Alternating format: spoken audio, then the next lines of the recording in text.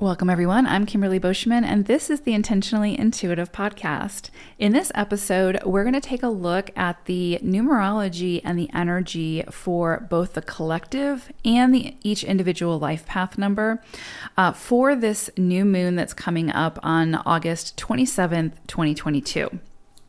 Now, before I get into the forecast for the collective and each individual life path number, I do want to mention two things. First of all, there was someone who is an 11-2 who reached out to me via my website to inquire about a numerology coaching session. And your email keeps getting kicked back to me. So if you're listening, if you could just go ahead and reach back out and send me an email address that accepts emails, I will certainly would love to give you more information. So if you're sitting out there and you've reached out to me and you haven't heard back, that could be why. Okay, for the rest of you, this of course is a general reading, a general forecast. If you would like a personalized reading where we'll take a look at your personal energies, your personal numerology, go ahead and book some time with me. I would love to work with you. I have a variety of options available on my website with a variety of price points. So you should be able to find something that suits your needs at this time. And again, I would just love to work with you. So let's go ahead and take a deep dive into this numerology and these energies. So we are really looking at the energies of the 9 and the 23-5.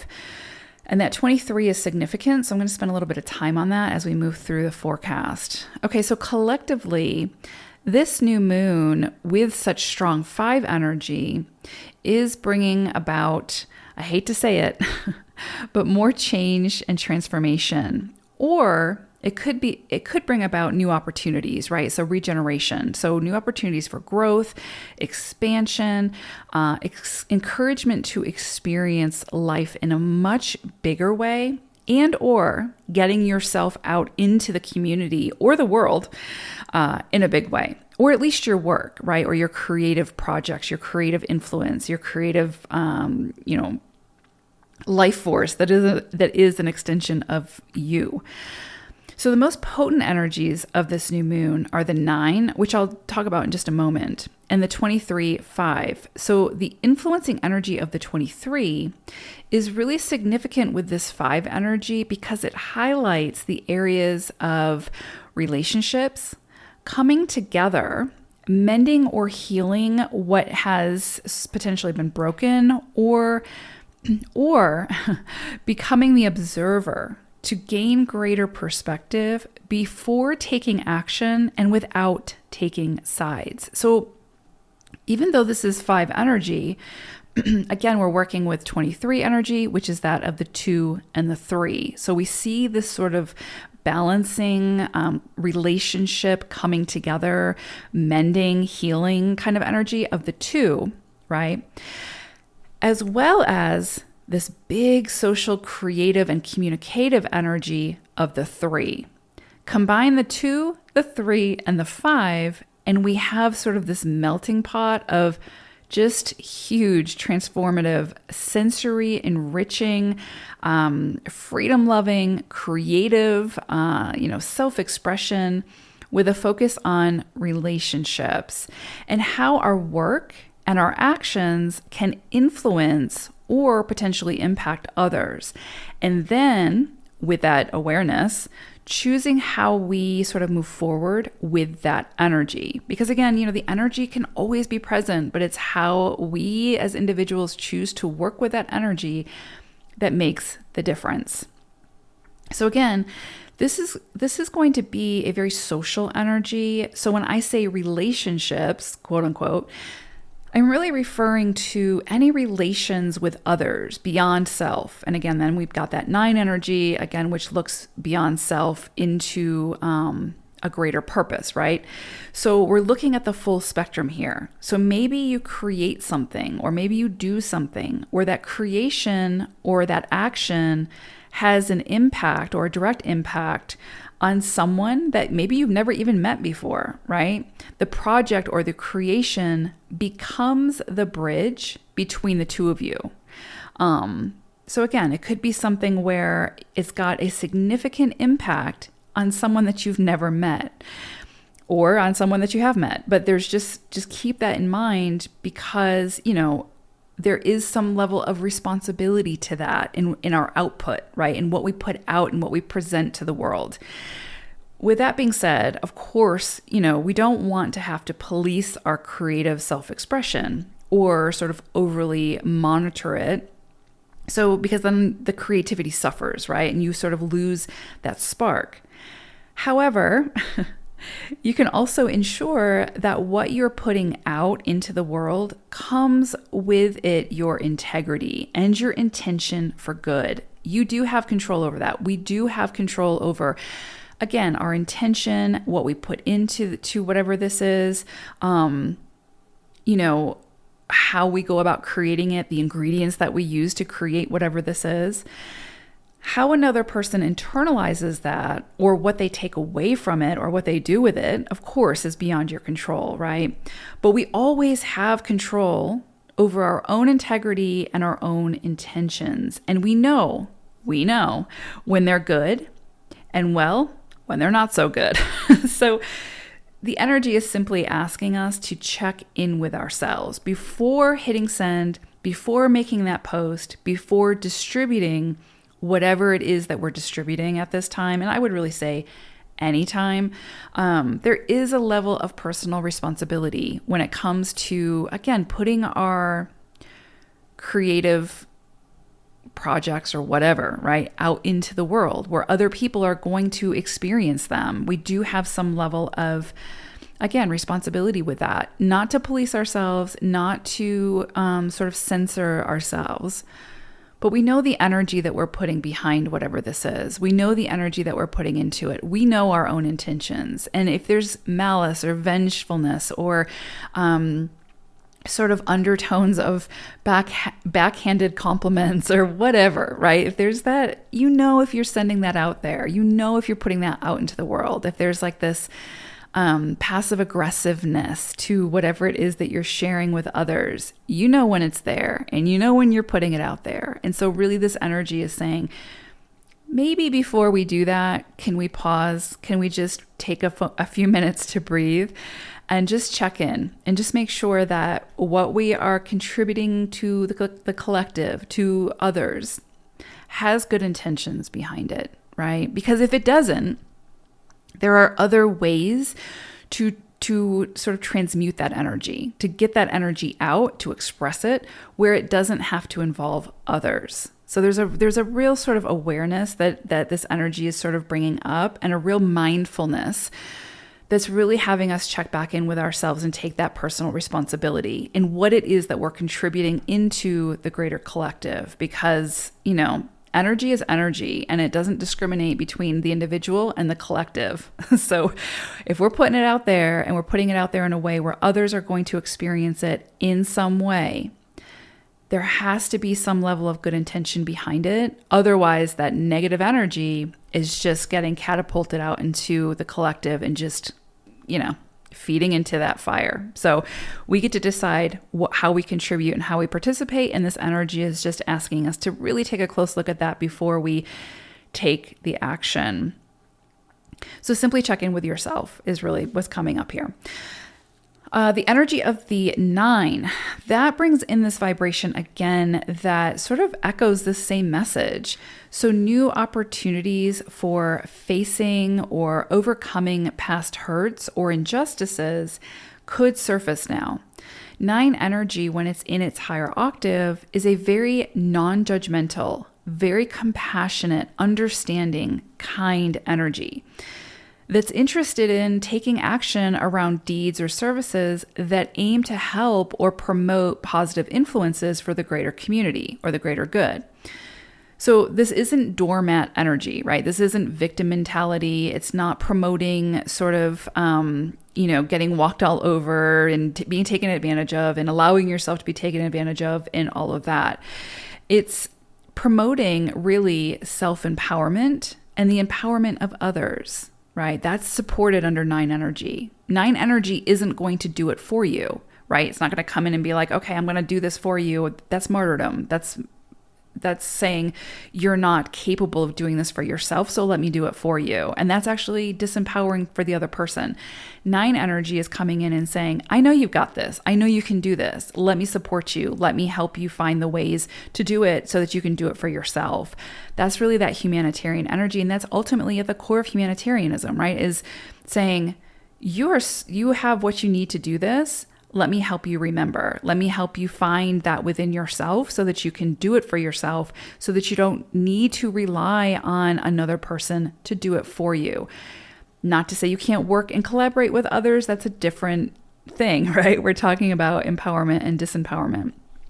So there is no victim mentality with this 9 energy that's coming in. It's saying, how can we, the work that we put out there, how can we make sure that it is empowering for others, or has the potential to, right? Like if you're doing a teaching or something like that, is what you're offering something that will help that individual gain access to their own inner strength, their own inner gifts, whatever it is, so that again, they can find their own self-empowerment. There's a lot that kind of goes into this energy, and I think you're going to feel that, as I think we're all going to feel it as we move through this this illumination.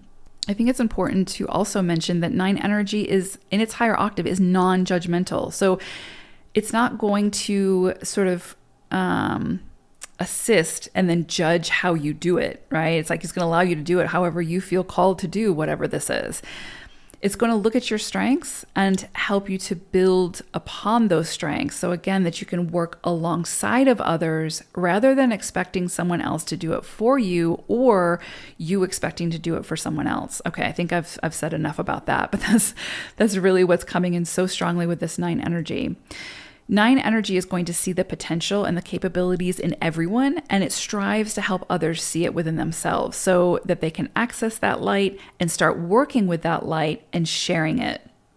9 energy is very, very selfless energy in this way, right? So again, it's not selfless to where we again, become a doormat or allow others to take advantage of us. It's selfless in the way that it is not going to try to disempower somebody else by trying to control or manipulate that person to do whatever the thing is for them, okay?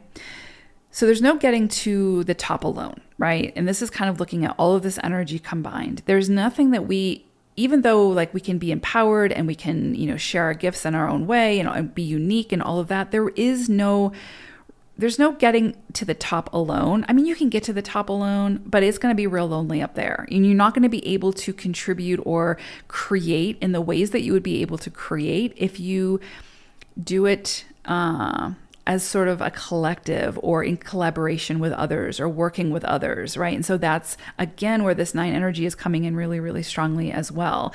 So again, there's no getting to the top alone. Everyone gets there together using their own unique gifts and their own unique strengths. And that's really what 9 energy is looking to do, right? To assist with, to help everyone sort of get there together. So again, so that we can create together. When we create together, it's so much bigger. It's so much more profound than when we create alone. But it takes each of us, right, tapped into our own light, tapped into our own unique, specific, beautiful ingredients first, so that we can then create together, so that we can see who's bringing what. So this 9 energy can help us to overcome those judgments, those grudges, those restricted mindsets, whether it's about other people or about ourselves, to step further into our own greatness while assisting others in stepping into theirs. So much synergy, just so much synergy and collective partnerships really being highlighted under this illumination. It's really incredibly beautiful energy. And then on top of that, we're working with the 6 universal energy for 2022. So it's just so much about collective energy, unconditional love, working together, seeing the other person's divinity, and just all the yumminess, right? It's there. The energy is there, but we have to take advantage of it. We have to work with it.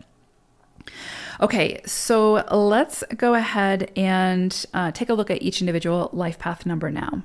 Life path number 9. So for you all, you are working with the undercurrent energy of the 9 and the 5. So your own life path energy and that of the 5, which of course is all about transformation, changes, breaking free, gaining freedom, that sort of thing. So this could feel sort of like a period where there are a lot of shifts or transformations occurring within self. I see this 9 energy. I know it's your life path energy, but I see it when it comes in as a cycle like this. I'm seeing it sort of being more like reflective, like inner reflection and contemplation and kind of going within, sort of similar to 7 energy, but it's a very spiritual energy, especially when it comes through as a cycle. It can be. And it's also about completion. So there could be some things that need to transform, that need to change or shift when it has to do with self, when it has to do with the inner workings of self, right? So any of those shadows that you need to sort of work through, any trigger points, any deep-seated judgments or deep-seated grudges may come to the surface now to be worked through and to sort of be mastered in a way where you can manage that energy so that you're not as reactive, but more responsive when those trigger points come up or when circumstances present themselves that need to be worked through, right? So I see this, like I said, as mainly a very deeply inner transformative energy for you all. It has a possibility to be, right? I mean, it's always what we do with it. But also you can see that there's potentially a lot of clarity that can be gained from these shifts. So pay attention. Forgiveness, compassion, integrity, these are all going to be highlighted now, where maybe you need to have more compassion or for yourself, for others, whatever, where maybe again, there needs to be some forgiveness. And again, that can be done energetically. That doesn't have to be done with the person, especially if it was a toxic or traumatic, relationship or experience. Nobody's asking you to put yourself back in that position. Forgiveness can be done on an energetic level. It doesn't have to be done with the person. The person doesn't even need to know. But what it does is it frees you energetically from carrying those chains of regret, anger, frustration, whatever. So it gives you an opportunity to kind of work through it. And I do think that this energy, this new moon illumination is going to kind of highlight for you where there needs to be a little bit of work done on that, and where those big shifts need to sort of happen. You might see new paths open up for you creatively as well, but in the aspect of like change, creating new opportunities for greater alignment, right? So it's kind of like this opportunity for creation because you're opening yourself up and freeing yourself from things that no longer serve you or that are restricting you or that are weighing you down. So doing this inner work, recognizing the trigger points, recognizing what's triggering you, getting to the root cause, working through that, or at least starting that process, right? It's a new moon, so initiation. So initiating that process will open you up for new opportunities to come in that are now at your higher alignment, your higher octave from doing the work. So it's cyclical. It's also, there's a progression to it as well, where it's like, it's cyclical in the sense that the energy is going to keep circulating back and forth until you master whatever this is that you need to master. And there's progression in it because once you master it, you can progress forward, and then those trigger points are no longer there. You might still feel something, obviously, when something comes up or whatever, but you're able to manage it much more precisely, and it was not going to derail you. And so I think that this new moon is sort of illuminating for you where it is that there still needs to be some management, some temperance, some mitigation, right? So this could be a very sensitive new moon for you all. This could be an emotional new moon, and that's okay because those emotions are showing you where it is that the work lies, like where it is that where are you feeling it? Where's the charge? Because that's whether it's sadness or anger or frustration or whatever. Where are you feeling it? Like, what is it bringing up for you? And this is going to be an opportunity. If it's coming up, it wants to be explored. So this is an opportunity to really explore that and then find a way, whether it's working with a professional or through journaling or whatever works for you, being out in nature, to work with and transmute that energy so that you're no longer carrying it with you. And so then when those trigger points come up, it doesn't affect you as strongly or it doesn't derail you. So I hope that I think it's going to be a powerful new moon for you all. And I would just say, be gentle with yourself, move through whatever comes up for you, and understand that if it's an emotion, it's trying to show you something. Okay. So take care, nines. Bye for now.